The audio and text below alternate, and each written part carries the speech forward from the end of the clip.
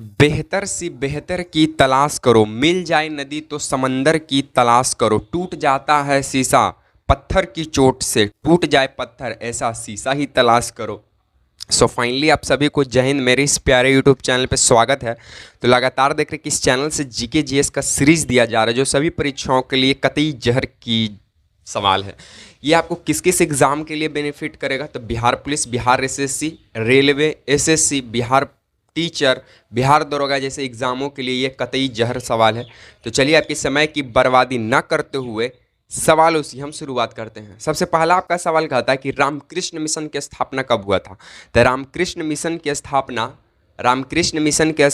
1897 में स्वामी विवेकानंद के द्वारा किया गया। किनके द्वारा? स्वामी विवेकानंद के द्वारा किया गया। इनका जन्म 12 जनवरी को हुआ था, इसलिए राष्ट्रीय युवा दिवस 12 जनवरी को हम लोग मनाते हैं।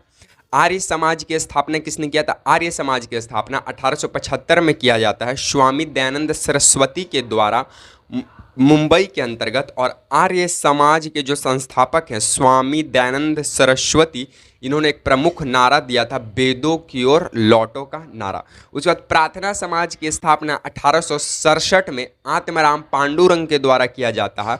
और इसके 2 साल बाद यानी 1869 में इसमें एक व्यक्ति आकर जुड़ते हैं जिनका नाम है महादेव गोविंद रनाडे, जो महाराष्ट्र के रहने वाले थे। और ये महादेव गोविंद रनाडे कोई और व्यक्ति नहीं थे, ये वो व्यक्ति थे जो गोपाल कृष्ण गोखले के गुरु थे।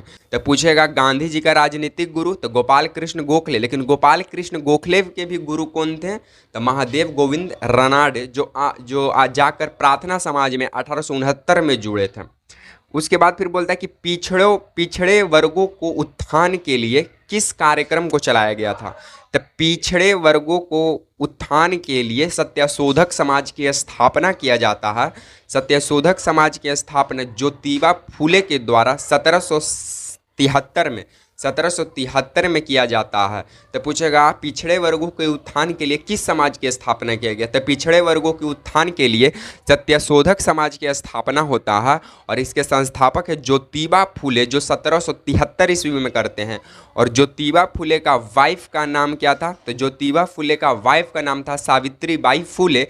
और सावित्रीबाई फूले ये मतलब देश की या भारत की प्रथम महिला शिक्षक बनती है। तो भारत की प्रथम महिला शिक्षक सावित्रीबाई फूले।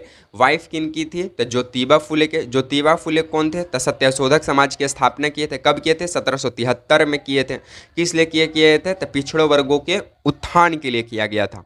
उसके बाद भारत का पहला बैंक कौन था? तब भारत का पहला बैंक था बैंक ऑफ हिंदुस्तान। और सबसे पहले इंदिरा गांधी के शासनकाल में 1969 में 14 बैंकों को सर्वप्रथम राष्ट्रीयकरण किया गया था। तो पूछेगा बताइए किसके शासनकाल में बैंकों का सर्वप्रथम राष्ट्रीयकरण किया गया? तो इंदिरा गांधी के शासनकाल में 1969 में 14 बैंकों का राष्ट्रीयकरण किया गया था। उसके बाद बोलता है जो ज्योतिबा फूले थे, इनका एक प्रमुख कथन था। क्या था? कि बाल काटना नाई का धर्म नहीं धंधा है। बाल काटना नाई का धर्म नहीं धंधा है। मोची को चमड़ा काटना धर्म नहीं धंधा है। उसी तरह पंडित को पूजा पाठ करवाना धर्म नहीं धंधा है। यह कथन किसने कहते हैं? ये कहते हैं ज्योतिबा फूले। और हम हैं ब्राह्मण का की जगह उपाध्याय जी है। लेकिन चलिए ये सब होते रहता है, पढ़ाई है तो भाई उसको बताना ही पड़ेगा कि कौन। इसी तरह इबन बतूता था, वो भी अपने बुक में इस तरह की बातें कहा था। 7 धर्मों को उन्होंने 7 धर्मों को क्षुद्र कहा था। लेकिन श्री कृष्ण जो है भगवत गीता में साफ कहे हैं, क्या कहे हैं? कि जितने भी प्राणी मनुष्य है सब क्षुद्र है, इसलिए हम ब्राह्मण को भी नहीं ले सकते। कास्टिज्म तो कभी नहीं कहें। सबसे जनता का सबसे कैंसर से भी खतरनाक रोग है कोई, तो वो समाज में वायरल डिजीज की तरफ फैल रहा है कास्टिज्म, जातिवाद। यहाँ तक आपको एक छोटा छोटा बच्चा भी जातिवाद पे सवाल कर सकता है। बहुत ख़राब चीज़ है ये। वायरल कोरोना से भी खतरनाक है, कैंसर से भी खतरनाक, क्योंकि ये वायरल है, एकदम दीमक की तरह एकदम है ना, समाज को एकदम बकोर रहा। लेकिन समाज को पता ही नहीं चल रहा। अंधभक्त ये फलना जो नेताजी हैं, यादव जी हैं, तो हम उन्हीं को वोट देंगे। अब काम करे सही चाहे गलत करे, लेकिन यादव है भाई, हम ही यादव हैं तो उनका वोट देंगे। यही सब में समाज जो है पिछड़ते हुए चल रहा नेता अपना झोली भरते जा रहा है। लेकिन चलिए, ये सब हमारा टॉपिक है नहीं, हम लोग टू द पॉइंट पे आ जाते हैं। फिर बोलता है कि बताइए पूर्वी घाट और पश्चिमी घाट, जो हमारा पूर्वी घाट जो पूर्वी घाट है हमारा अरुणाचल प्रदेश से जो आ रहा है एकदम वेस्ट बंगाल साइड वाला एरिया पूर्वी घाट, और इधर से जो पश्चिमी साइड है जो मतलब गुजरात वाला जो आ रहा है कोस्टल लाइन, तो पूर्वी और पश्चिमी घाट ये दोनों को मिलाने वाली घाट के बीच में कौन सी पहाड़ी आती है? तो पूर्वी घाट और पश्चिमी घाट को मिलाने वाली नीलगिरी की पहाड़ी है। तो पूछेगा बताइए पश्चिमी घाट और पूर्वी घाट को कौन मिलाता है? तो पश्चिमी घाट और पूर्वी घाट को मिलाने वाला पहाड़ी का नाम है नीलगिरी की पहाड़ी। और नीलगिरी की पहाड़ी खासकर केरल, कर्नाटक और तमिलनाडु राज्यों में फैला हुआ है, एकदम विस्तृत फैला हुआ है इसका। तो नीलगिरी की पहाड़ी केरल, कर्नाटक और तमिलनाडु में विस्तार रूप से फैला हुआ है। और नीलगिरी की पहाड़ी का सबसे ऊंचा चोटी का नाम है दोदा बेटा। तो नीलगिरी की पहाड़ी का सबसे ऊंचा चोटी का क्या नाम है? दोदा बेटा। उसके बाद दक्षिण भारत का सबसे ऊंचा चोटी कौन सा? तो अन्नाईमुड़ी, जो अन्नामलाई पर्वत पर है। अन्नाईमुड़ी दक्षिण भारत की सबसे बड़ी चोटी किसकी है? अन्नाईमुड़ी की, जो कि केरल के अन्नामलाई पर्वत पर है। उसके बाद नीलगिरी की पहाड़ी पर एक जनजाति पाई जाती है, उस जनजाति का नाम है क्या? तो उस जनजाति का नाम है टोडा जनजाति। तो पूछेगा नीलगिरी की पहाड़ी पर कौन सी जनजाति पाई जाती है? तो नीलगिरी की पहाड़ी पर टोडा जनजाति पाई जाती है। उसके बाद बोलता है कि बताइए भारत में कम वर्षा कहाँ होता है? तो भारत में कम वर्षा लेह लद्दाख में होता है। भारत में सर्वाधिक वर्षा खासी की पहाड़ी मानसीराम चेरापूंजी स्थान पर होता है, जो कि मेघालय के अंदर है। बिहार में सबसे अधिक वर्षा किशनगंज में होता है। और बिहार में सबसे कम वर्षा गया जिला में होता है। सबसे गर्म स्थान गया, सबसे ज़्यादा ठंडा वाला इलाका गया।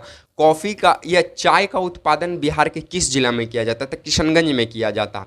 भारत में कॉफ़ी का सर्वाधिक उत्पादन कौन करता है? कर्नाटक करता है। लेकिन विश्व में कॉफ़ी का सर्वाधिक उत्पादन कौन करता है? ब्राज़ील। और ब्राज़ील में कॉफ़ी के बैगान को फेजेंडा कहा जाता है, फेजेंडा कहा जाता है। और हींग की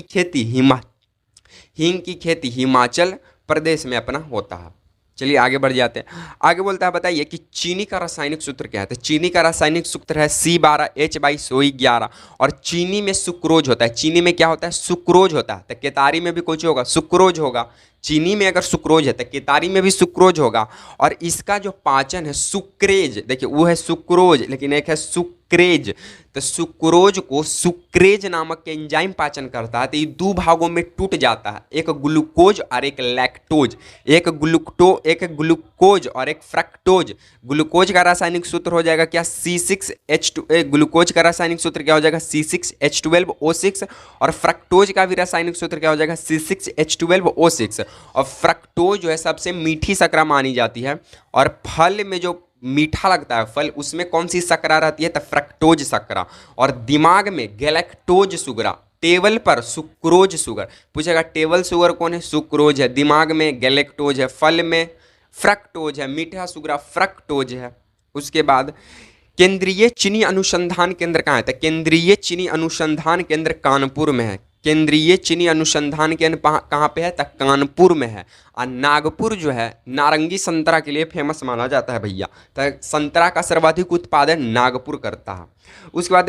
उसके बाद जो है अमेरिका में घास के मैदान को प्रेयरी बोला जाता है। और ऑस्ट्रेलिया में घास के मैदान को पार्क भी बोला जाता है, ये पार्क लैंड भी बोला जाता है। और डाउन्स भी बोला जाता है। न्यूजीलैंड के फेंटवरी और हंगरी के पुस्ताज और यूरेशिया के स्टीपीज, ये सब घास के मैदान हैं। उसके बाद बिहार की यात्रा करने वाला प्रथम विदेशी यात्री कौन था? तो बिहार की यात्रा करने वाला प्रथम विदेशी यात्री राल्फ फिंच था, जो अकबर के समय आया था। जो किसके समय आया? अकबर के समय। पीटर मुंडी भारत आया शाहजहां के समय। और सर टॉमस रो जो है ये जहांगीर के समय आया था। और मनुष्य भारत आया औरंगजेब के समय। उसके बाद पटना से प्रकाशित होने वाला प्रथम अंग्रेजी अखबार कौन था? तो पटना से प्रकाशित होने वाला प्रथम अंग्रेजी अखबार द बिहार हेराल्ड था। द बिहार हेराल्ड जो अंग्रेजी में प्रकाशित होता था पटना से। और इसके लेखक जो थे, राइटर थे, वो गुरु प्रसाद सेन थे, जो 1875 में रिलीज हुआ था। उसके बाद इसके बाद फिर जो नेशनल हेराल्ड के लेखक कौन है? देखिए द बिहार हेराल्ड एक समाचार पत्र था जो पटना से इंग्लिश माध्यम में प्रकाशित होता था, जिसको प्रकाशित करने का काम करते थे गुरु प्रसाद सेन। लेकिन एक है द नेशनल हेराल्ड के लेखक कौन है? एक बुक है द नेशनल हेराल्ड, तो इसका लेखक है पंडित जवाहरलाल नेहरू। और द डिस्कवरी ऑफ इंडिया के भी लेखक कौन है? पंडित जवाहरलाल नेहरू। इनके फादर का नाम है मोतीलाल नेहरू, इनका बेटी का नाम है इंदिरा गांधी। उसके बाद भारत का पहला समाचार पत्रिका कौन सा था? तो भारत का पहला समाचार पत्रिका था द बंगाल गजट, जिसका प्रकाशन 1780 में जेम्स हिक्की करता था अंग्रेजी माध्यम में, जो कि भारत का पहला समाचार पत्र था। लेकिन पूछ देगा भारत का पहला हिंदी समाचार पत्र उदंत मार्तंड था, जिसका प्रकाशन पंडित जुगल किशोर प्रसाद करते थे 1826 में। कब करते थे? 1826 में। तब भारत का पहला हिंदी समाचार पत्र उदंत मार्तंड था, जिसका प्रकाशन पंडित जुगल किशोर करते थे 1826 में। संविधान में संशोधन दक्षिण अफ्रीका से लिया गया। राष्ट्रपति की आपातकालीन शक्ति दक्षिण अफ्रीका से लिया गया। भारत में पहली बार आपातकाल का जो प्रयोग है इंदिरा गांधी के शासनकाल के समय 1975 में लगाया गया था। क्यों? क्योंकि बिहार से संपूर्ण क्रांति का नेतृत्व, बिहार में तो उसका नाम था छात्र आंदोलन, तब बिहार से छात्र आंदोलन का नेतृत्व कर रहे थे जयप्रकाश नारायण, और यही जब बड़ा रूप लिया तो संपूर्ण क्रांति इसका नाम पड़ता है। तो संपूर्ण क्रांति का नारा देने का काम और संपूर्ण क्रांति का नेतृत्व करने का काम किया जयप्रकाश नारायण, जिसके कारण आपातकालीन स्थिति पर राष्ट्रपति आपातकालीन लगाया गया था, राष्ट्रपति शासन इंदिरा गांधी के समय 1975 में। तो आज तक को हम कंटेंट को यहीं पे समाप्त करते हैं, और हम इस सीरीज में सीधी बात नो बकवास पे हम चर्चा की है, और ये जो भी सवाल हम किए ये सभी एग्जाम के लिए बेनिफिशियल है। ठीक है, तो अगर वीडियो पसंद आता है तो लाइक शेयर एंड सब्सक्राइब करना कतई ना भूले। इसी तरह की सीरीज के साथ आपसे मिलेंगे नेक्स्ट वीडियो में, तब तक के लिए आप सभी को जय हिंद।